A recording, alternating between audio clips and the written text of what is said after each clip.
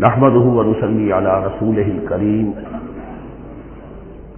اما بعد فاعوذ بالله من الشيطان الرجيم بسم الله الرحمن الرحيم سيقول السفهاء من الناس ما ولاهم عن قبلتهم التي كانوا عليها قل لله المشرق والمغرب يهدي من يشاء الى صراط مستقيم صدق اللہ العظیم۔ اب یہ تحویل قبلہ کا مضمون براہ راست آ رہا ہے۔ اس کے لیے تمہیدی 2 رکوع ہم پڑھ چکے ہیں۔ حضرت ابراہیم کا تذکرہ جو معمار ہیں بیت اللہ کے، ابو الانبیاء ہیں، امام الناس ہیں، انہی کی ایک نسل بنی اسرائیل ہے، انہی کی ایک نسل بنی اسماعیل ہے۔ ان کا دین کیا تھا، اس کی بنیاد کیا تھی، انہوں نے اور خود ان کے پوتے حضرت یعقوب نے اپنی اولاد کو کس بات کی وصیت کی تھی، اب وہ اولاد مختلف پگڈنڈیوں پر چل کر کہاں کہاں پہنچ چکی ہے، یہ سارا پس منظر ہے اصل میں اس تحویل قبلہ کے لیے۔ اور تحویل قبلہ پر اب پورے 2 رکوع آ رہے ہیں۔ اس سے بسا اوقات یہ خیال پیدا ہوتا ہے، مجھے ذہن میں بھی کبھی ہوتا تھا کہ یہ ایسی بڑی بات کیا تھی جس کے لیے قرآن مجید نے اتنے شد و مد کے ساتھ اور اس قدر تفصیل کے ساتھ بلکہ تکرار کے ساتھ بات کی۔ تو اصل میں اس کو یوں سمجھیے کہ ایک خاص مذہبی ذہنیت ہوتی ہے، اور وہ مذہبی ذہنیت یہ ہوتی ہے کہ اعمال کے ظاہر پر ان کی توجہ زیادہ مرکوز ہو جاتی ہے، اعمال کی جو روح ہے زیادہ اس کی طرف توجہ نہیں ہوتی ہے۔ عوام الناس کا معاملہ یہی ہو جاتا ہے، ظواہر پر، رسومات پر، جو ظاہری شکلیں ہیں ان کی اہمیت، جو اصل دین ہے، روح دین ہے، جو مقاصد دین ہے، ان کی طرف توجہ نہیں ہوتی۔ نتیجہ یہ ہوتا ہے کہ ظاہر میں ذرا سا فرق انہیں بہت محسوس ہوتا ہے، ذرا سا فرق ہو گیا، کسی نے رفع دین کر لیا، قیامت آ گئی، معلوم ہوا یہ کوئی اور ہی آ گیا ہماری مسجد میں، یہ کون ہے، کسی نے آمین ذرا اونچا کہہ دیا، پھر قیامت آ گئی۔ یہ ساری چیزیں جو یہ خاص ایک ذہنیت ہوتی ہے، اس ذہنیت کے پس منظر میں یہ مسئلہ چھوٹا نہیں تھا۔ ایک تو یہ کہ جو قبائلی اور قومی پس منظر تھا اس کے حوالے سے سمجھیے، مکے میں جو لوگ ایمان لائے، ظاہر بات ہے ان سب کو عقیدت تھی خانہ کعبہ کے ساتھ، خود حضور کو تھی۔ آپ روتے ہوئے نکلے ہیں اور آپ نے یہ فرمایا تھا کہ اے کعبہ مجھے تجھ سے بڑی محبت ہے، لیکن تیرے یہاں کے رہنے والے مجھے یہاں رہنے نہیں دیتے۔ پھر یہ کہ وہ جو عقیدت اور محبت تھی وہ تمام مسلمانوں کے دلوں میں بھی تھی۔ مدینے میں آ کر آپ نے رخ بدل دیا، جب تک مکے میں تھے معلوم ہوتا ہے کہ حضور جب کھڑے ہوتے تھے نماز کے لیے ہے کافی، تو آپ اس طرح کھڑے ہوتے تھے کہ بیک وقت استقبال قبلتین ہو جاتا تھا، یعنی جو جنوبی دیوار ہے ایک طرف وہ کونا ہے جس میں حجر اسود ہے، اور دوسری طرف وہ یمانی ہے، رکن یمانی جو یمن کی طرف ہے، جو جنوب مغرب کی طرف ہے، جنوب کی طرف ہے۔ ادھر کوئی شخص کھڑا ہوگا اور وہیں پر انہی کے درمیان جو ہے جب طواف کیا جاتا ہے تو دعا مانگی جاتی ہے، ربنا آتنا فی الدنیا حسنۃ وفی الآخرۃ حسنۃ وقنا عذاب النار۔ باقی پورے طواف میں آپ جو چاہیں دعا مانگے، لیکن یہاں یہ دعا ہے خاص۔ اب اگر کوئی شخص ادھر کھڑا ہو کر نماز پڑھ رہا ہے تو کعبہ تو سامنے ہے ہی، ٹھیک سیٹ میں یروشلم بھی ہے، تو استقبال القبلتین ایک ہی وقت میں 2 قبلوں کی طرف رخ ہو گیا۔ مدینہ میں آ کر معاملہ بدل گیا، مدینہ درمیان میں ہے، مکہ مکرمہ اس کے جنوب میں ہے اور یروشلم اس کے شمال میں ہے۔ اب جنوب کی طرف رخ کریں گے تو پیٹھ ہوگی یروشلم کی طرف، یروشلم کی طرف رخ کریں گے تو پیٹھ ہوگی کعبہ کی طرف۔ اس میں امتحان ہو گیا ان لوگوں کا جو ایمان لائے تھے کہ آیا وہ محمد الرسول اللہ صلی اللہ علیہ وسلم کے فرمان کی پیروی کرتے ہیں یا اپنی پرانی عقیدتوں اور اپنی پرانی جو روایات ہیں ان کو زیادہ اہمیت دیتے ہیں۔ اللہ کا شکر ہے جو لوگ مکے سے آئے تھے ان کی اتنی تربیت ہو چکی تھی کہ ان میں سے کسی کے لیے کوئی مسئلہ پیدا نہیں ہوا۔ اقبال کا وہ مصرع پھر سنا رہا ہوں، بمصطفیٰ برساں خیش را کے دی ہماؤس اگر بہون رسیدی تمام بولا بیست۔ حالانکہ قرآن مجید میں کہیں منقول نہیں ہے کہ اللہ نے حکم دیا تھا، ہو سکتا ہے اللہ نے حضور کو وحی خفی کے ذریعے سے حکم دیا ہو، لیکن وہی جلی میں کہیں نہیں ہے کہ آپ کو حکم دیا گیا ہو کہ اب یروشلم کی طرف رک کر کے نماز پڑھیے. یہ امتحان ہو گیا کہ رسول کا اتباع کتنا کچھ ہے. اب جب یہ حکم آیا اب امتحان ہو گیا جو مدینے میں رہنے والے جو ایمان لائے تھے ان کا، اس لیے کہ یہاں یہودی بھی تھے، بعض ان میں سے ایمان لائے. عبداللہ ابن سلام رضی اللہ تعالیٰ عنہ تھے، ان کو علماء میں سے تھے، لیکن جو اور دوسرے لوگ تھے وہ بھی زیر اثر تھے یہود کے علماء کے، ان کے دل میں بھی یروشلم کی عظمت تھی. اب جب انہیں رخ کرنا پڑا تو یہ ان کے ایمان کا امتحان ہو گیا. تو یہ بڑا امتحان تھا اس میں کہ جو سب کے لیے مثبت تھا. اور مسلمانوں میں سے بعض لوگوں کے دلوں میں یہ خیال بھی پیدا ہوا ہوگا اگر اصل قبلہ یہ تھا تو ہم نے اب تک جو نمازیں پڑھی ہیں وہ تو پھر ہم نے غلط اس پر پڑھی. ہماری اتنی سالوں کی کسی کو ایمان لائے وہ 10 برس ہو گئے، ہماری ان نمازوں کا کیا بنے گا؟ وہ نمازیں ضائع ہو گئی تو نماز تو ایمان کا رکن رکین ہے، تو بڑی تشویش پیدا ہو گئی. اس کے ساتھ ایک مسئلہ یہ پیدا ہوا سیاسی اعتبار سے کہ یہود اب تک تو یہ سمجھ رہے تھے کہ حضور نے اور مسلمانوں نے ہمارا قبلہ اختیار کر لیا ہے، تو گویا کہ ہمارے کیمپ فالوورز ہیں، ہمارا تو انہوں نے اتباع کیا ہے، لہذا ہمیں کوئی خاص اندیشہ نہیں ان کی طرف سے. لیکن اب جب قبلہ بدل گیا تو ان کے کان کھڑے ہو گئے کہ یہ تو پھر کوئی نئی اب ملت ہے اور نئی امت کی تشکیل ہو رہی ہے، لہذا ان کی طرف سے مخالفت جو تھی اس کے اندر شدت زیادہ پیدا ہو گئی. یہ سارے مضامین تھے کہ جو یہاں پر زیر بحث آ رہے ہیں. سَيَقُولُ السُّفَهَاءُ مِنَ النَّاسِ بہت غیر معمولی ہے اس کا آغاز ہی اس آیت کا. ان قریب کہیں گے لوگوں میں سے احمق اور بے وقوف لوگ، ما وَاللَّهُ مَنْ قِبْلَتِهِمُ الَّتِي كَانُوا عَلَيْهَا کس چیز نے پھیر دیا انہیں اس قبلے سے کہ جس پر یہ تھے. یعنی یہ 16 مہینے نماز پڑھی ہے بیت المقدس کی طرف رخ کر کے یروشلم کی طرف، اب کس چیز نے پھیر دیا انہیں؟ قُلْ لِلَّهِ الْمَشْرِقُ وَالْمَغْرِبُ دیکھیے وہی الفاظ جو 14 رکوع میں آئے تھے جو تمہید بن رہے تھے. کہہ دیجیے کہ اللہ ہی کے لیے ہے مشرق اور مغرب. گویا کہ شمال و جنوب، مشرق و مغرب، شمال و جنوب محاورے میں مشرق و مغرب زیادہ استعمال ہوتا ہے. سب اللہ کے ہیں، اللہ کسی سمت میں محدود نہیں ہے. یہدی من یشاء الی صراط مستقیم کو جس کو چاہتا ہے سیدھے راستے کی طرف ہدایت دے دیتا ہے. وَكَذَلِكَ جَعَلْنَاكُمْ اب یہ خاص بات کہی جا رہی ہے، اے مسلمانوں تم اس تحویل قبلہ کو معمولی بات نہ سمجھو. یہ علامت ہے اس بات کی کہ اب تمہیں وہ حیثیت حاصل ہو گئی. وَكَذَلِكَ جَعَلْنَاكُمْ أُمَّةً وَسَطًا لِتَكُونُوا شُهَدَاءَ عَلَى النَّاسِ وَيَكُونَ الرَّسُولُ عَلَيْكُمْ شَهِيدًا. اب تمہارا فرض منصب یہ ہے کہ رسول نے جس دین کی گواہی تم پر دی ہے اپنے عمل سے، اپنے قول سے، اسی دین کی گواہی تمہیں دینی ہے اپنے قول سے اور اپنے عمل سے پوری نوع انسانی پر. اب تم لنک بن گئے ہو. اب تک نبوت کا سلسلہ جاری تھا، ایک نبی کی تعلیم ختم ہوئی، بگڑ گئی، تحریف ہو گئی، غائب ہو گئی، دوسرا نبی آ گیا، پھر کوئی تیسرا آ گیا، چلے آ رہے.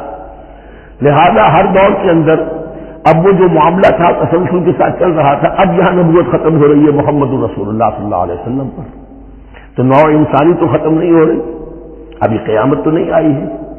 اب آگے لوگوں کو تبلیغ کرنا، ان تک دین پہنچانا، ان پر حجت قائم کرنا، ان کا احقاق حق پر ابطال باطل کا فریضہ سر انجام دینا، یہ کون کرے گا؟ تو پہلے تو ہمیشہ اللہ کی طرف سے وہی جبریل لائے اور نبی کے پاس آ گئے، نبی نے لوگوں کو سکھا دیا. اب یہ کہ اللہ سے جبریل لائے محمد کے پاس، محمد نے سکھایا تمہیں اور تمہیں سکھانا ہے پوری نوع انسانی کو، تو تم اب وہ درمیانی لنک ہو. وَكَذَلِكَ جَعَلْنَاكُمْ أُمَّةً وَسَطًا لِتَكُونُوا شُهَدَاءَ عَلَى النَّاسِ وَيَكُونَ الرَّسُولُ عَلَيْكُمْ شَهِيدًا. یہ مضمون زیادہ کھلے گا چل کر سورہ حج کی آخری آیات میں. اسی طرح سے مراد یہ کہ تحویل قبلہ ایک مظہر ہے اس کا. اس سے اب تم اپنی ذمہ داریوں کا اندازہ کرو، صرف خوشیاں نہ مناؤ، جشن نہ مناؤ، بلکہ یہ کہ یہ ایک بہت بڑی ذمہ داری کا بوجھ ہے جو تم پر آ گیا. کبھی ہم نے اپنے بندے محمد کے کاندھوں پر جب یہ بوجھ رکھا تھا تو ان سے بھی کہا تھا صلی اللہ علیہ وسلم انا سنلقی علیک قولا ثقیلا، اے نبی ہم آپ پر ایک بھاری بات ڈالنے والے ہیں. وہی بھاری بات بہت بڑے پیمانے پر اب تمہارے کندھوں پر آ گئی ہے. وَكَذَلِكَ جَعَلْنَاكُمْ أُمَّةً وَسَطًا لِتَكُونُوا شُهَدَاءَ عَلَى النَّاسِ وَيَكُونَ الرَّسُولُ عَلَيْكُمْ شَهِيدًا وَمَا جَعَلْنَا الْقِبْلَةَ الَّتِي كُنْتَ عَلَيْهَا اور ہم نے نہیں قرار دیا تھا اس قبلے کو جس پر کہ اے نبی آپ پہلے تھے.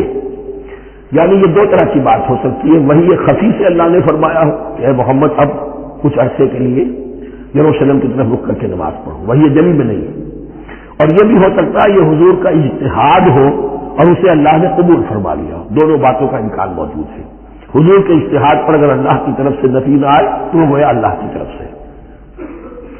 وما جعلنا القبلة التي كنت عليها إلا لنعلم من يتبع الرسول ممن ينقلب على عقبيه.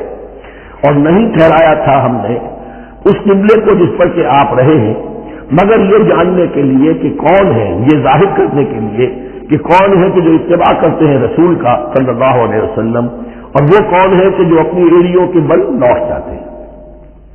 یعنی مدینے میں آ کر اگر کوئی بچے کا مسلمان کہتا تھا اب یہ قبلہ مجھے قبول نہیں ہے، وہ واپس ہو جاتا. ایسا ہوا نہیں. اور اب جب مکے کی طرف رخ ہو گیا ہے تو کوئی انصار میں سے کوئی مدینے میں جو ایمان لائے ان میں سے کسی نے کہا کہ ٹھیک ہے جی ہمارا قبلہ وہ تھا، اب آپ نے اپنا قبلہ بدل دیا، آپ کا راستہ اور ہمارا راستہ اور. نہیں، وہ تمام کے تمام مسلمان ان آزمائشوں میں کامیاب ہوئے. وَإِنْ كَانَتْ لَكَبِيرَةً إِلَّا عَلَى الَّذِينَ هَدَى اللَّهُ. اور واقعہ یہ ہے یقیناً یہ بہت بڑی بات تھی. اس طرح قبلے کے اندر تبدیلی قبول کر لینا آسان بات نہیں ہوتی، بڑا حساس مسئلہ ہوتا ہے، مگر ان کے لیے کہ جن کو اللہ نے ہدایت دی. وما كان اللہ لیضیع ایمانکم. اور اللہ ہرگز تمہارے ایمان کو ضائع کرنے والا نہیں ہے. ایمان سے یہاں مراد نماز جو ہے الصلاۃ عماد الدین. وہ جو تشویش ہو گئی تھی کہ ہماری نمازوں کا کیا بنے گا جو ہم نے 16 مہینے پڑھی ہے بیت المقدس طرف رخ کر کے. وما كان اللہ لیضیع ایمانکم. اس وقت وہ حکم تھا رسول کا وہ اللہ کے ہاں مقبول ہے. اس وقت یہ حکم ہے جو تمہیں رسول کی معرفت مل رہا ہے اب تم اس کی پیروی کرو. ان اللہ بالناس لرؤوف الرحیم. یقیناً اللہ تعالیٰ کے انسانوں کے حق میں بہت ہی شفیق ہے اور بہت ہی رحیم ہے. قد نرى تقلب وجهك في السماء. معلوم ہوتا ہے خود حضور کو انتظار تھا اس فیصلے کا، اور معلوم ہوتا ہے کہ آپ پر بھی شاق گزر رہا تھا یہ وقفہ کہ جس میں نماز پڑھتے ہوئے پیٹھ ہو رہی تھی بیت اللہ کی طرف. تو آپ بار بار آپ کی نگاہیں آسمان کی طرف اٹھتی تھی کہ کب وحی آئے، کب جبرائیل حکم لے کر آئے. قد نرى تقلب وجهك في السماء. اے نبی ہم نے آپ کے چہرے کا بار بار آسمان کی طرف اٹھنا دیکھ لیا ہے. فلنولینک قبلۃ ترضاها. اس آیت میں بڑی شفقت، بڑی محبت، بڑی عنایت ہے محمد الرسول اللہ صلی اللہ علیہ وسلم کے لیے اللہ کی طرف. تو ہم بدلے دیتے ہیں، پھیرے دیتے ہیں قبلہ جو آپ کو پسند ہے.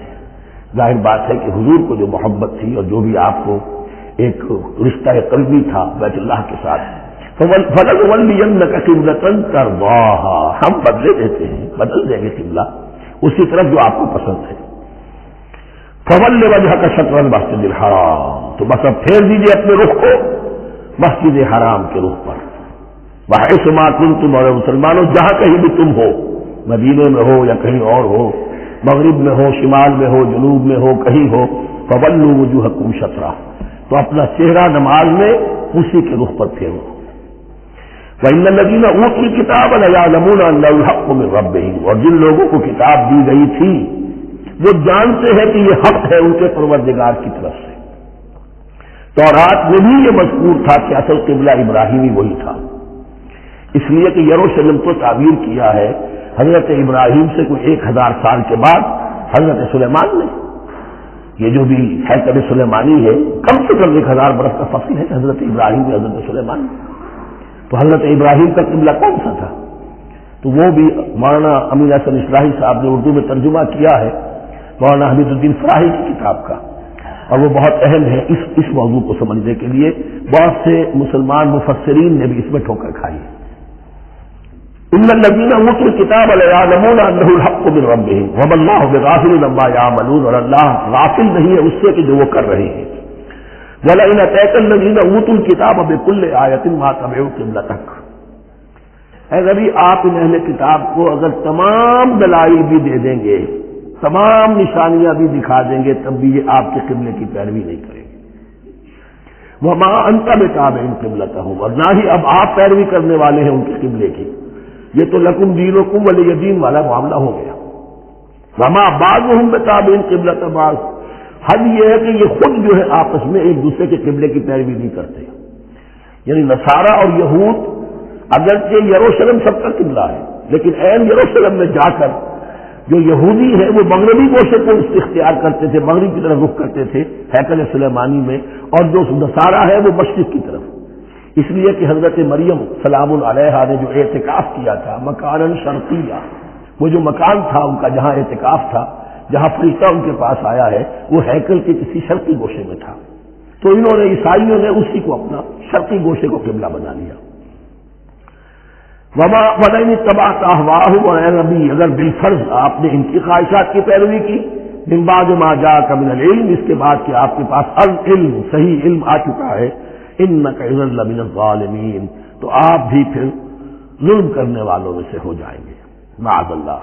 الذين آتيناهم الكتاب يعرفونه كما يعرفون ابناءهم، جن لوگوں کو ہم نے کتاب دی یعنی تورات اور انجیل کے جو صحیح ماننے والے ہیں، یہ نقطہ یہاں نوٹ کر لیجئے، تورات اور انجیل کے ماننے والوں میں سے غلط کاروں کے لیے مجہول کا صیغہ آتا ہے. اوتوا الکتاب، جنہیں کتاب دی گئی تھی، اور جو ان میں سے ٹھیک تھے صحیح رخ پر تھے ان کے لیے معروف کا صیغہ ہوتا ہے جنہیں کتاب ہم نے دی تھی. یہ انداز جو ہے معروف اور مجہول کا، یہ آپ دیکھیں گے کہ فرق ہوگا.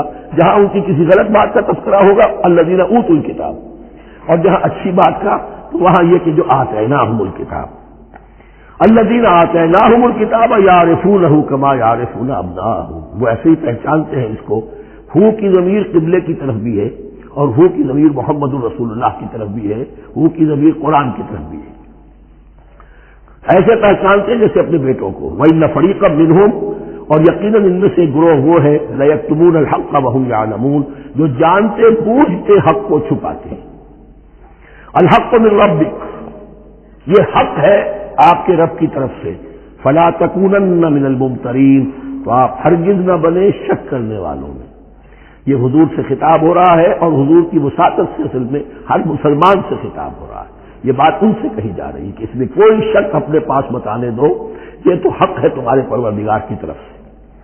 وَلِكُلٍّ وِجْهَةٌ هُوَ مُوَلِّيهَا، ہر ایک کے لیے ہم نے ایک رخ معین کر دیا جس کی طرف کہ وہ رخ کرتا ہے. فَاسْتَبِقُوا الْخَيْرَاتِ، تو مسلمانوں تمہارے لیے ایک رخ تو ہم نے معین کر دیا بیت اللہ کا.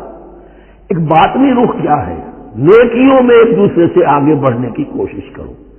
ایک ہے ظاہر، نماز کا ظاہر ہے، آپ نے قبلے کی طرف رخ کر لیا ہے، آپ نے وضو کیا ہے.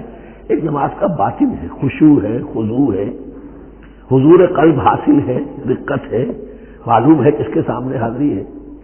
اسی طریقے سے قبلہ ایک تو یہ ہے جو کہ کعبہ ہے، بیت اللہ ہے. ایک یہ فاستبقوا الخیرات، تم ہر نیکی کے اندر ایک دوسرے سے آگے بڑھنے کی کوشش کرو.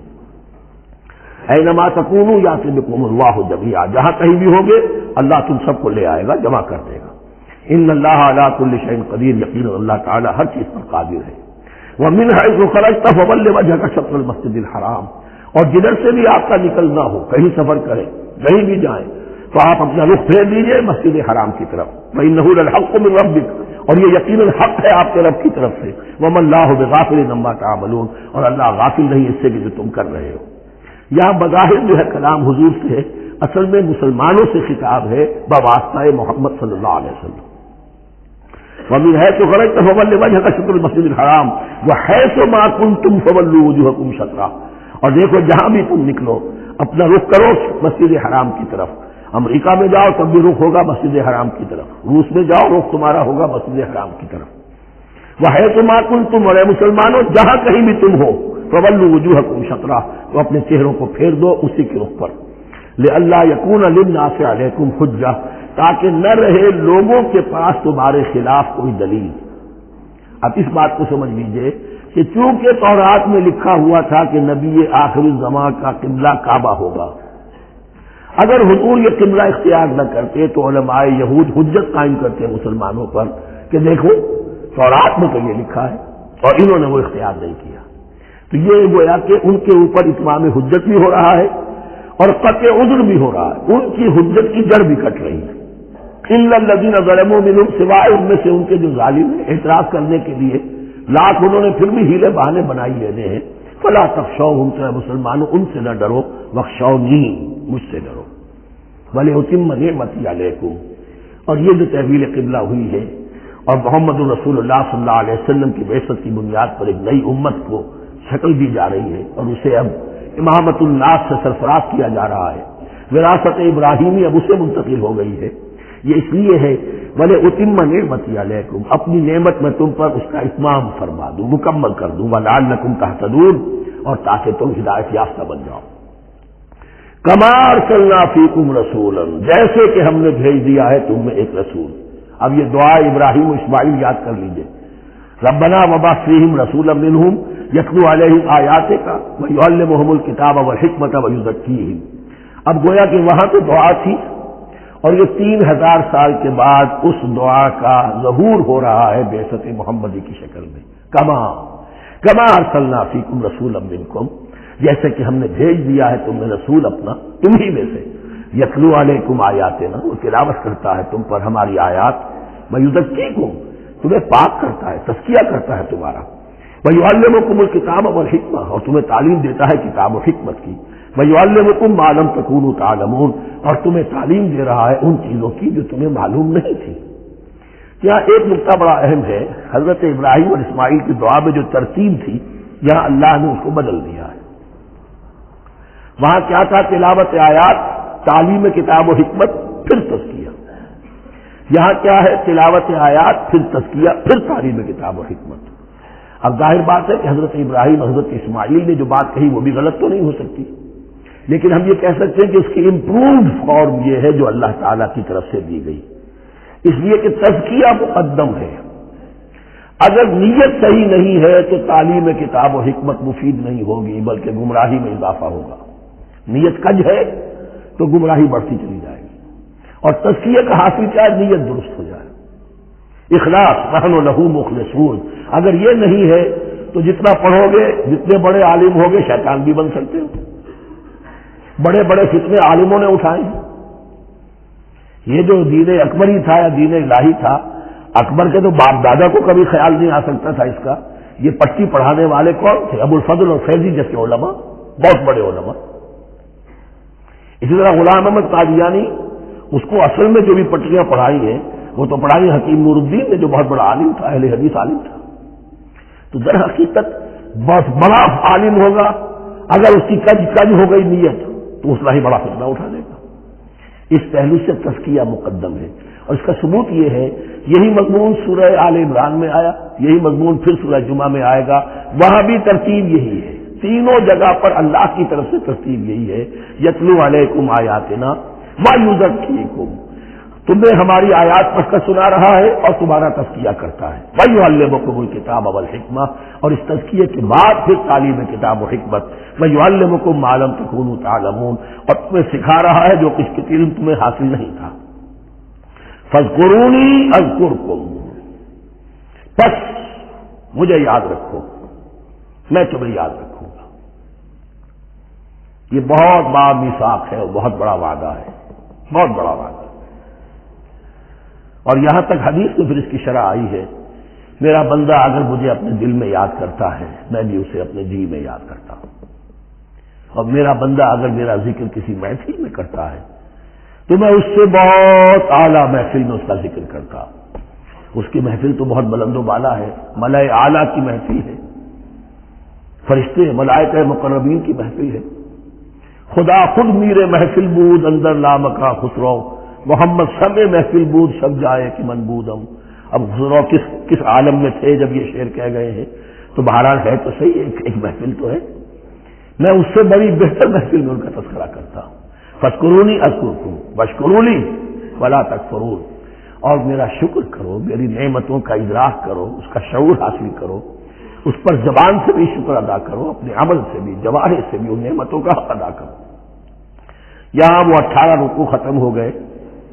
نصف اول اس سورہ مبارکہ کا مکمل ہو گیا.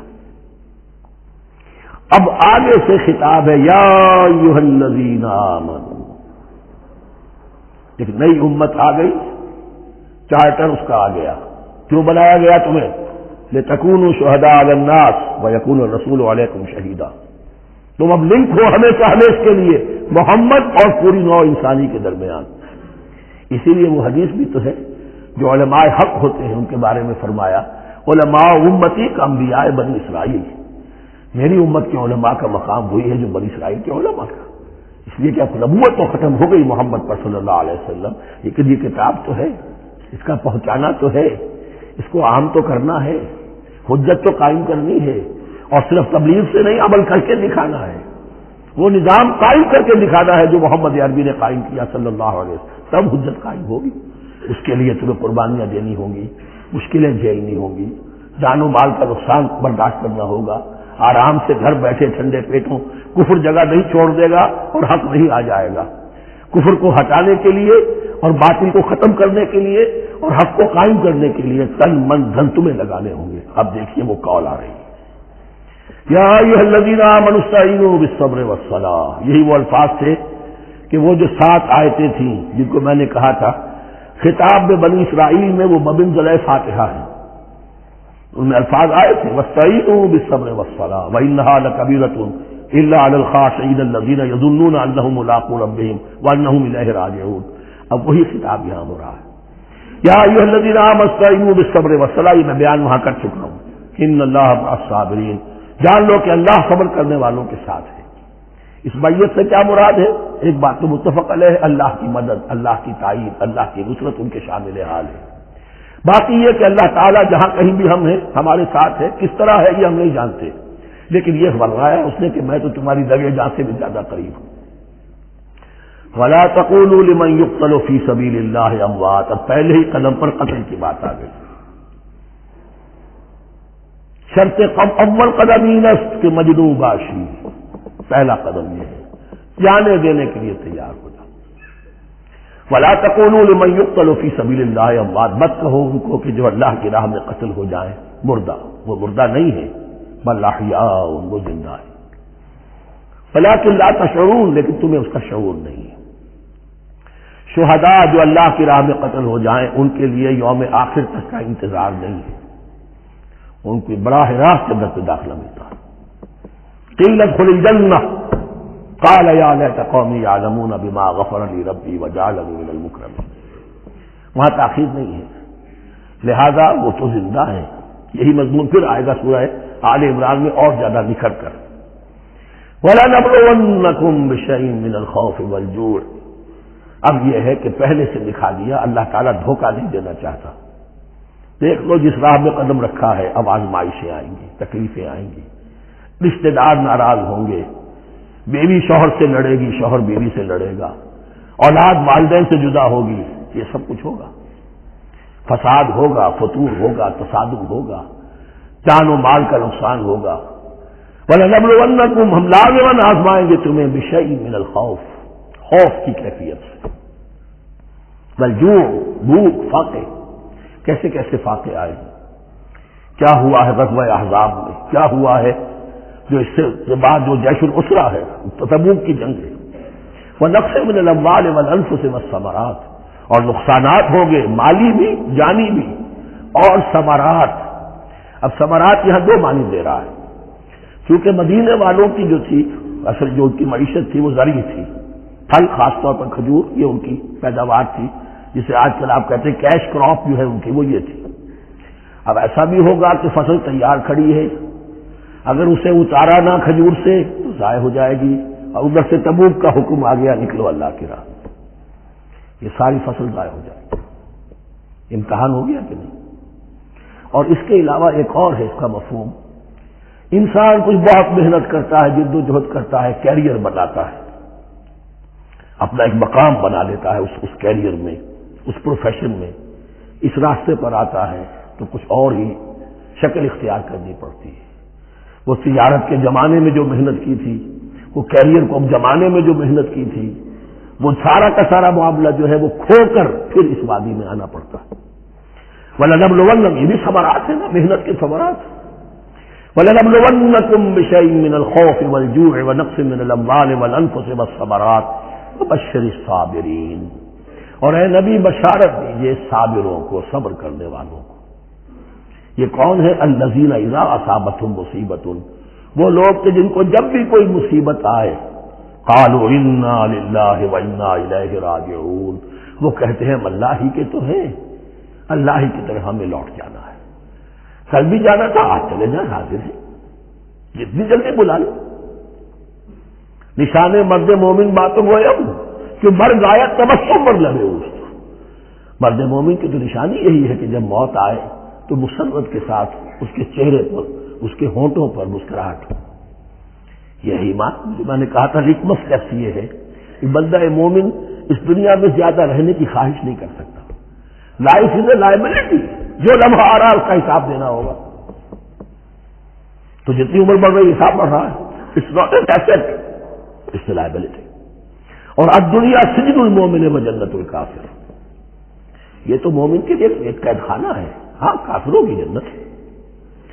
وبشر الصابرین الذین اذا اصابتهم مصیبۃ قالوا انا للہ وانا الیہ راجعون اولئک علیہم صلوات من ربہم ورحمہ، یہ ہیں وہ لوگ کہ جن پر ہر وقت اللہ کی عنایتوں کا نزول ہوتا رہتا ہے اور رحمت کی بارش ہوتی رہتی ہے۔ فاولئک هم المہتدون، اور یہی لوگ ہیں ہدایت یافتہ، جنہوں نے واقعتاً ہدایت کو اختیار کیا ہے۔ اور جو ایسے مرحلے پر جھٹک کر کھڑے رہ جائیں، پیچھے رہ جائیں، پیچھے بیٹھ جائیں، پیٹھ موڑ لیں، وہ گویا کہ ختم ہوا ان کا معاملہ۔ اب چونکہ اس معاملے میں بحث ہو گئی تھی خانہ کعبہ کی بھی، پھر اسی میں مقام ابراہیم کی بات آ گئی تھی، تو کچھ ذہنوں میں سوال پیدا ہوا کہ یہ جو حج کے مناسک میں صفا اور مروہ جو ہے یہ بھی تو آخر اسی کا تو ان کی کیا حقیقت ہے، کوئی حقیقت ہے یا نہیں؟ فرمایا ان الصفا والمروہ من شعائر اللہ، یہ بھی اللہ کے شعائر میں سے ہے۔ شاعر کسے کہتے ہیں؟ وہ چیز جو شعور بخشے۔ تو وہ چیزیں کہ جن کے ساتھ اولو العزم پیغمبروں یا اولو العزم انسانوں، اولو العزم اولیاء اللہ کے کچھ حالات و واقعات کا کوئی ذہنی سلسلہ قائم ہوتا ہو، وہ گویا کہ شعور دلانے والے ہوتے ہیں، یاد دلانے والے ہوتے ہیں، اللہ تعالیٰ کی طرف ذہن کو لے جانے والے ہوتے ہیں۔ اس اعتبار سے شاعر ان الصفا والمروہ من شعائر اللہ فمن حج البیت او اعتمر فلا جناح علیہ ان یطوف بہما، تو جو کوئی بھی ہمارے گھر کا حج کرے، بیت اللہ کا حج کرے یا عمرہ کرے، اعتمر، فلا جناح علیہ، تو کوئی حرج نہیں ہے اس پر، ان یطوف بہما، کہ ان دونوں کا بھی طواف کرے، وہ جو 7 چکر لگائے جاتے ہیں، ان الصفا والمروہ۔ ومن تطوع خیر، جو شخص جان بوجھ کر بھلا کام کرتا ہے، فإن اللہ شاکر علیم، تو جان لو اللہ بڑا قدردان ہے۔ اب شکر انسان کرتا ہے تو اس کے معنی کیا ہوں گے؟ احسان مند ہونا۔ وہی شکر اللہ کرتا ہے شکور، اس کے کیا معنی ہوں گے؟ قدردانی۔ میرے بندے نے یہ کام کیا، میرے بندے نے میرے لیے یہ محنت کی، یہ قربانی دی۔ ان اللہ شاکر علیم، اور جانتا ہے، چاہے کسی اور کو پتہ نہ چلے، اسے تو معلوم ہے۔ اگر تم نے اللہ کی رضا جوئی کے لیے کسی کو کوئی مالی مدد دی ہے اس حال میں کہ جو کچھ داہنے ہاتھ نے دیا ہے بائیں کو بھی خبر نہیں ہونے دی، خدا یہ کہ کسی اور انسان کے سامنے اس کا تذکرہ ہو، تو اب یہ جو ہے اللہ کے فعل میں ہے۔ اگر تو اللہ سے اجر و ثواب چاہتے ہو تو اس کا ڈھڈورا پیٹنے کی کوئی ضرورت نہیں، اور اگر تم نے لوگوں کو دکھانے کے لیے کیا تھا تو وہ تو شرک ہو گیا، لائبلٹی ہو گئی۔ ان الذین یکتمون ما انزلنا من البینات، اب یہاں پھر کچھ آخری یوں سمجھیے کہ یہ اب جس کو کہتے ہیں موپنگ اپ آپریشن، بات مضمون تو پورا ختم ہو گیا لیکن کچھ نہیں صحیح چیزیں ابھی ہیں سابقہ امت مسلمہ کے بارے میں کہنے کی، وہ مزید ایڈ کی جا رہی ہیں۔ ان الذین یکتمون ما انزلنا من البینات والہدی من بعد ما بیناہ للناس فی الکتاب اولئک یلعنهم اللہ یلعنهم اللاعنون، یقیناً وہ لوگ جو چھپاتے ہیں اس شے کو جو ہم نے نازل کی ہے بینات میں سے اور ہدایت میں سے، اس کے بعد کہ ہم نے ان کو واضح کر دیا ہے لوگوں کے لیے کتاب میں، وہ لوگ ہیں کہ جن پر لعنت کرتا ہے اللہ اور لعنت کرتے ہیں تمام لعنت کرنے والے۔ یعنی علم ایک بہت بڑی جو ہے امانت ہے، اس علم کا چھپانا، کتمان حق ہم آیت پڑھ آئے ہیں، وَمَنْ أَظْلَمُ مِمَّنْ يَكْتُمُ شَهَادَةً عِندَهُ مِنَ اللَّهِ، اگر اللہ کی طرف سے کوئی گواہی کسی کے پاس ہے وہ اسے چھپا لے تو اس سے بڑا ظالم کون ہوگا۔ اب انہی کی وضاحت ہو رہی ہے، کیسی کیسی کھلی شہادتیں تورات اور انجیل میں تھی اور ان کو یہ چھپائے پھر رہے۔ ان الذین یکتمون ما انزلنا من البینات والہدی من بعد ما بیناہ للناس فی الکتاب اولئک یلعنهم اللہ یلعنهم اللاعنون الا الذین تابوا واصلحوا وبینوا، سوائے ان کے کہ جو توبہ کرے، رجوع کرے اور اپنی اصلاح کر لے اور اب واضح کرے وہ شے کہ جو انہوں نے چھپائی ہوئی تھی اسے ظاہر کرے۔ فَأُولَٰئِكَ أَتُوبُ عَلَيْهِمْ، تو ان کی توبہ میں قبول کروں گا اور ان کی طرف میں نگاہ التفات میں اپنی پھر ان کی طرف متوجہ کر دوں گا۔ وَأَنَا التَّوَّابُ الرَّحِيمُ، اور میں تو ہوں ہی توبہ کا قبول کرنے والا اور رحم فرمانے والا۔ إِنَّ الَّذِينَ كَفَرُوا وَمَاتُوا وَهُمْ كُفَّارٌ، یقیناً جن لوگوں نے کفر کیا اور وہ مرے اسی حال میں کہ کفر پر قائم تھے، اولئک علیہم لعنۃ اللہ والملائکۃ والناس اجمعین، ان پر تو لعنت ہے اللہ کی بھی اور فرشتوں کی بھی اور تمام انسانوں کی بھی، خالدین فیہا، اس لعنت کی کیفیت میں وہ اب ہمیشہ رہیں گے، لا یخفف عنہم العذاب، نہ ان پر سے عذاب کے اندر کوئی کمی کی جائے گی، ولا هم ینظرون، نہ انہیں کوئی مہلت ملے گی کہ عذاب کا تسلسل ذرا سی دیر کے لیے وقفہ ہو جائے، سانس لینے کی مہلت مل جائے، ولا هم ینظرون۔ وَإِلَٰهُكُمْ إِلَٰهٌ وَاحِدٌ، سن لو تمہارا الہ اور معبود ایک ہی الہ ہے، لا الہ الا هو الرحمن الرحیم، اس کے سوا کوئی الہ نہیں ہے اور وہ رحمان ہے اور رحیم ہے۔ اب جو آیت آ رہی ہے اس کے پڑھنے سے پہلے ایک بات سمجھ لیجئے کہ یہ جو اب 22 رکوعوں کا مضمون ہم پڑھ رہے ہیں، مجھے یہ بات آج شروع میں واضح کرنی چاہیے تھی، اس میں ترتیب کیا ہے۔ میں پہلے عرض کر چکا ہوں کہ پہلے 18 رکوعوں کی تقسیم ورٹیکل کی ہے ہم نے، 18 کو 4 رکوع ادھر، 10 درمیان میں، پھر 4 ادھر۔ یہاں اب چلے گی ہاریزونٹل تقسیم، افقی تقسیم، اور اس کی بھی شکل کیا ہے کہ 4 مضامین ہیں کہ جو تانے بانے کے ساتھ بنے ہوئے ہیں، یا 4 لڑیاں ہیں مضمون کی کہ جن کو بٹ کر رسی بنا دیا گیا۔ وہ 4 مضامین کیا ہیں؟ مسلمانوں سے خطاب میں ان کے لیے عبادات اور احکام اور شرائع، یہ واجب ہے، یہ کرنا ہے، یہ حلال ہے، یہ حرام ہے، نماز فرض ہے، روزہ فرض ہے، وغیرہ وغیرہ۔ اور 2 لڑیاں جہاد، جہاد بالمال، جہاد بالنفس۔ جہاد بالنفس کی آخری انتہا قتال ہے، جہاں انسان نقد جال ہاتھ پر رکھ کر، ہتھیلی پر رکھ کر میدان میں حاضر ہو جاتا ہے۔ جو جنگ میں گیا اس نے اپنے آپ کو موت کے لیے پیش کر دیا، بچ کر آ جائے تو بونس ہے۔ اس اعتبار سے یہ 4 جنگ، شریعت کو 2 حصوں میں تقسیم کیجئے، عبادات اور پھر بقیہ احکام شریعت، معاملات، جن میں خاص طور پر شوہر اور بیوی کا تعلق جو ہے وہ سب سے اہم، تمدن انسانی کی بنیاد وہی ہے۔ لہذا اس صورت میں آپ دیکھیں گے تفصیلی احکام آئیں گے آئینی قوانین کے ضمن میں۔ دوسری طرف جہاد بالمال یعنی انفاق، اللہ کی راہ میں خرچ کرنا، اور جہاد بالنفس جس کی آخری منزل قتال۔ اب یہ 4 لڑیاں اس طرح سے ہیں، فرض کیجئے ایک لال لڑی ہے، ایک پیلی ہے، ایک نیلی ہے، ایک ہری ہے، ان کو بٹ دیا گیا ہے۔ جب ایک طرف سے دیکھیں گے تو کٹا پھٹا نظر آئے گا، رنگ لال نظر آیا، پھر پیلا نظر آیا، پھر نیلا نظر آیا، پھر ہرا، پھر لال، پھر نیلا، پھر پیلا، پھر ہرا، تو ایسا معلوم ہوگا کہ کٹے پھٹے ہیں مضامین۔ لڑیاں کھول دیجئے، معلوم ہوگا ایک لڑی وہ بھی بڑی مسلسل ہے، جہاد بالمال کی، ایک لڑی ہے جہاد بالنفس یعنی قتال کی، ایک لڑی ہے جو عبادات کی، ایک لڑی ہے معاملات کی اور شریعت کے احکام کی۔ یہ 4 لڑیاں، اور یہ تانے بانے کی طرح بنی ہوئی ہیں، لیکن اسی بنتی میں بہت بڑے حسین پھول موجود ہیں، طویل آیات اور طویل آیات، عظیم ترین آیات قرآن مجید کی، ان میں سے اب ایک آیت یہاں آ رہی ہے، اس کو میں نے عنوان دیا ہے آیت الآیات۔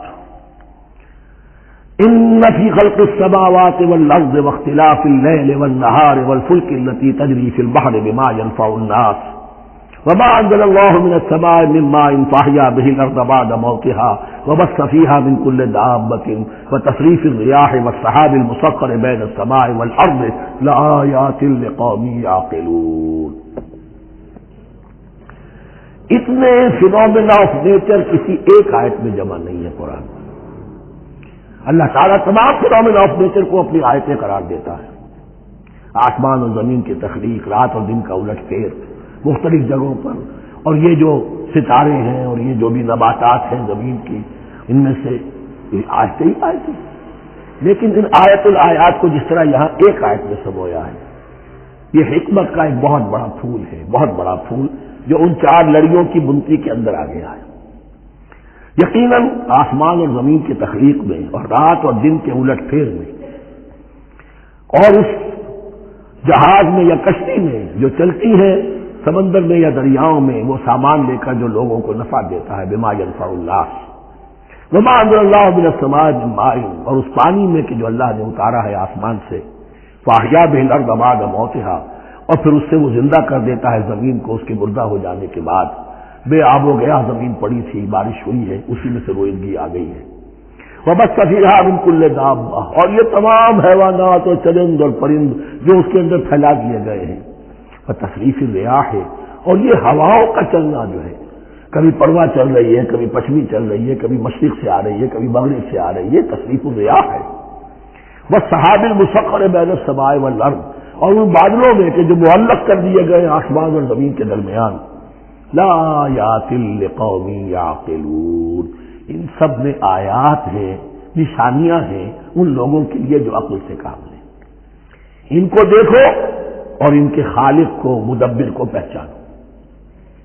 آیات ہے، اور ان کے آیات کے پہچاننے کا جو عملی نتیجہ نکلنا چاہیے، اور جس کو عام طور پر لوگ نہیں پہنچ پاتے جس تک، اب اگلی آیت میں اس کا تذکرہ ہے۔ نتیجہ تو نکلنا یہ چاہیے کہ پھر محبوب اللہ ہی ہو، شکر اسی کا ہو، اطاعت اسی کی ہو، عبادت اسی کی ہو۔ جب سورج میں کچھ نہیں، یہ تو اللہ نے اس کو بنایا ہے، یہ حرارت جو ہے اللہ نے دی ہے، چاند میں کچھ نہیں، ہوائیں چلانے والا کوئی وہی تو ہے، تو اور کسی شے کے لیے کوئی شکر نہیں، کسی شے کے لیے کوئی عبادت نہیں، کوئی دنڈوت نہیں، کوئی سجدہ نہیں، بلکہ صرف اللہ کے لیے، اور وہی مطلوب و مقصود بن جائے، وہی محبوب ہو۔ لا محبوب الا اللہ، لا مقصود الا اللہ، لا مطلوب الا اللہ۔ جن لوگوں کی یہاں تک رسائی نہیں ہو جاتی، وہ لوگ کسی اور شے کو اپنا محبوب و مطلوب بنا کر اس کی پرستی شروع کر دیتے ہیں۔ خدا تک نہیں پہنچے، اپنے نفس کو معبود بنا لیا، جو یہ کہے کر رہے، معبود تو ہو گیا۔ ارایت من اتخذ الہہ ہواہ، اپنے قوم کو معبود بنا لیا، قوم کی برتری کے لیے، قوم کی سربلندی کے لیے گانے بھی دے رہے، وطن کو معبود بنا لیا۔ اس حقیقت کو علامہ اقبال نے سمجھا ہے، اس دور کا سب سے بڑا بت وطن ہے۔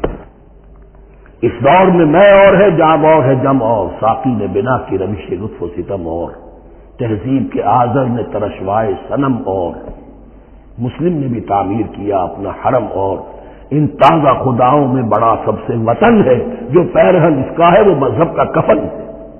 نیشنلزم، ٹیریٹوریل، وطنی قومیت، وطن کی جے، یہ معبود بنائے بیٹھے۔ تو اب یہاں سنیے، ومن الناس، اور لوگوں میں سے کچھ ایسے بھی ہیں، من یتخذ من دون اللہ اندادا، جو اللہ کو چھوڑ کر کچھ اور چیزوں کو اس کا مد مقابل بنا دیتے ہیں۔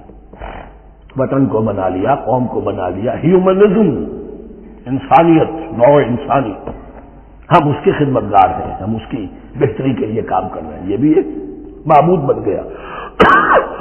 اور سب سے گھٹیا انسان وہ ہے کہ اپنے ہی حسن کا دیوانہ بنا پھرتا ہوں، اپنا ہی نفس ہے، اسی کے گر چکر لگا رہا ہے، وہی حریم ہے اس کا، وہی حرم ہے اس کا، اور وہ طواف کر رہا ہے اپنے نفس کا، تو وہ بھی تو اس کا ایک معبود ہے۔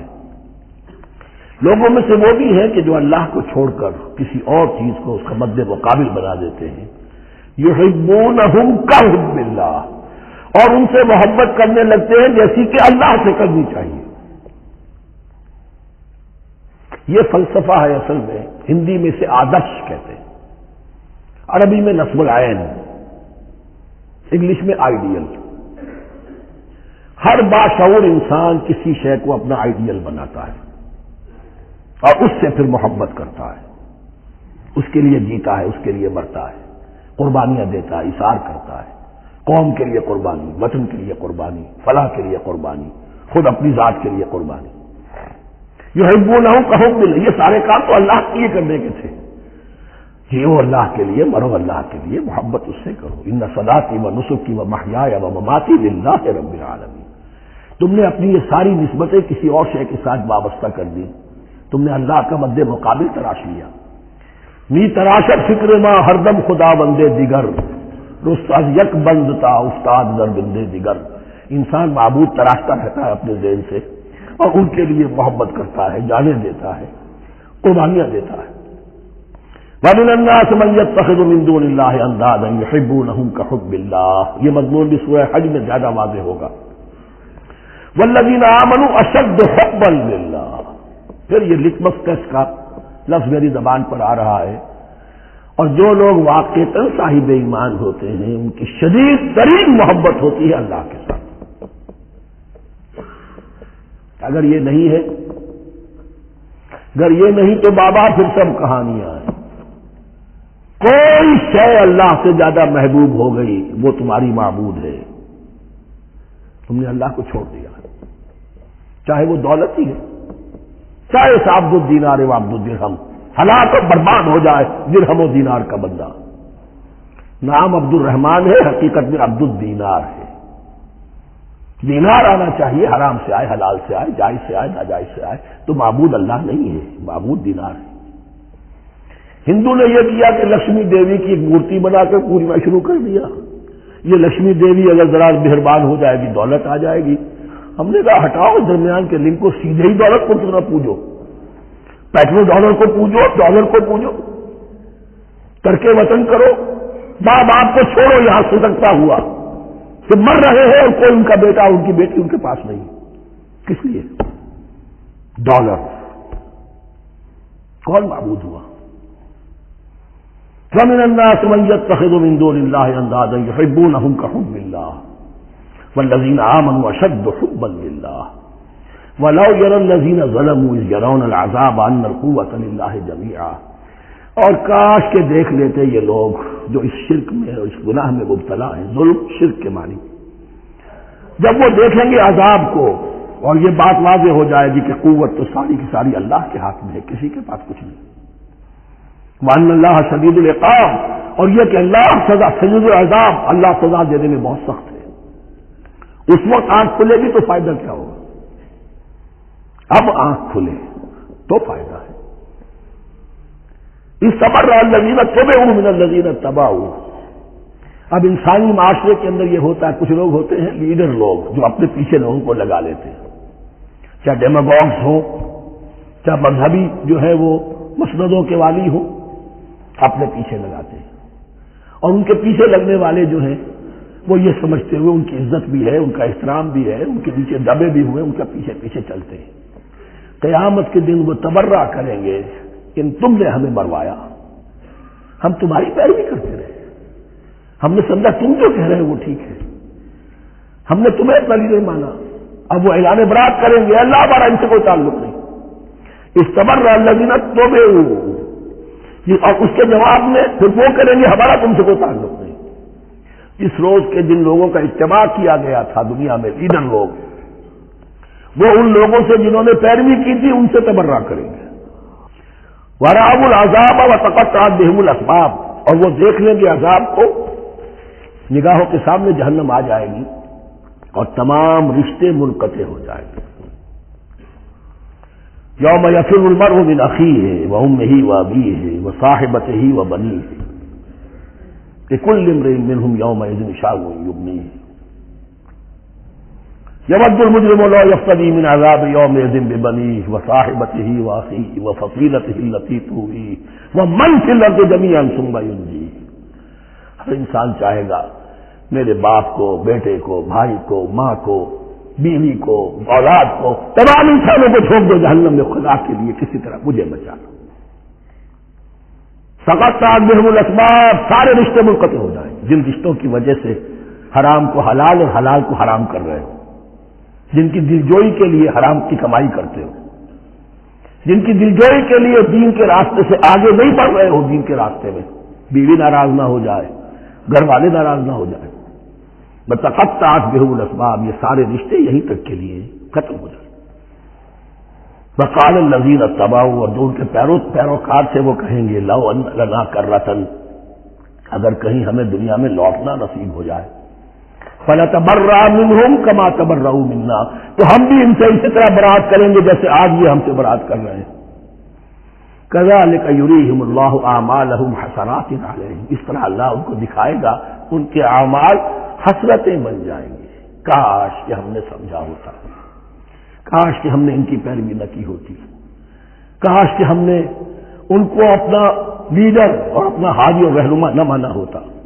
وما ہم بخارجین من النار، لیکن وہ اب آگ سے نکلنے والے نہیں ہوں گے۔ یا ایھا الناس کلوا مما فی الارض حلالا طیبا ولا تتبعوا خطوات الشیطان انہ لکم عدو مبین۔ اے لوگوں، زمین میں جو کچھ حلال اور طیب ہے، حلال ہے اور پاک ہے، صاف ستھری چیز اور حلال چیز، وہ کھاؤ، اور شیطان کے نقش قدم کی پیروی نہ کرو، انہ لکم عدو مبین، یقیناً وہ تمہارے لیے کھلا دشمن ہے۔ یہ بحث اصل میں کھلے گی سورہ انعام میں جا کر۔ وہاں عرب میں یہ رواج تھا، بتوں کے نام پر کوئی جانور چھوڑ دیتے تھے، جیسے ہندوؤں میں بھی تھی رواج، ہم نے تو بچپن میں دیکھا ہے، کوئی سانڈ چھوڑ دیا، کسی کے کان جو ہے وہ چیر دیے، یہ فلاں بت کے لیے ہے، فلاں دیوی کے لیے ہے۔ اب اسے کوئی کچھ نہیں کہہ سکتا تھا، وہ جہاں چاہے وہ منہ مارے جا کر ان کا، اور پھر ان کا ظاہر بات ہے ان کا گوشت کیسے کھایا جا سکتا۔ تو عرب میں بھی یہ رواج تھے، اور ابھی تک اس کے کچھ نہ کچھ ریزیڈول ایفیکٹس تھے۔ آباء و اجداد کی جو رسمیں چلی آ رہی ہوں وہ آسانی سے جو ہے وہ چھوٹتی نہیں ہے، کچھ نہ کچھ اثرات رہتے ہیں، جیسے آج تک ہمارے ہاں ہندوانہ اثرات موجود ہیں۔ تو ایسے لوگوں سے کہا جا رہا ہے کہ یہ تمام حرمتیں جو تمہارے ان لوگوں نے مشرکین نے بنا لی تھی، یہ جانور حرام، یہ جانور حرام ہو گیا، اسے فلاں کے نام پر نامزد کیا ہے، اس اونٹ کی جو ہے اتنی اونٹنیوں کے ساتھ جفتی ہو چکی ہے، اب بس اس کو خالی کر دو، چھوڑ دو، نہ اس کے اوپر سواری کی جائے گی اور نہ اس کا گوشت کھایا جائے گا۔ یہ کوئی نہیں ہے، جو چیز حلال ہے اصلاً اور طیب ہے کھاؤ۔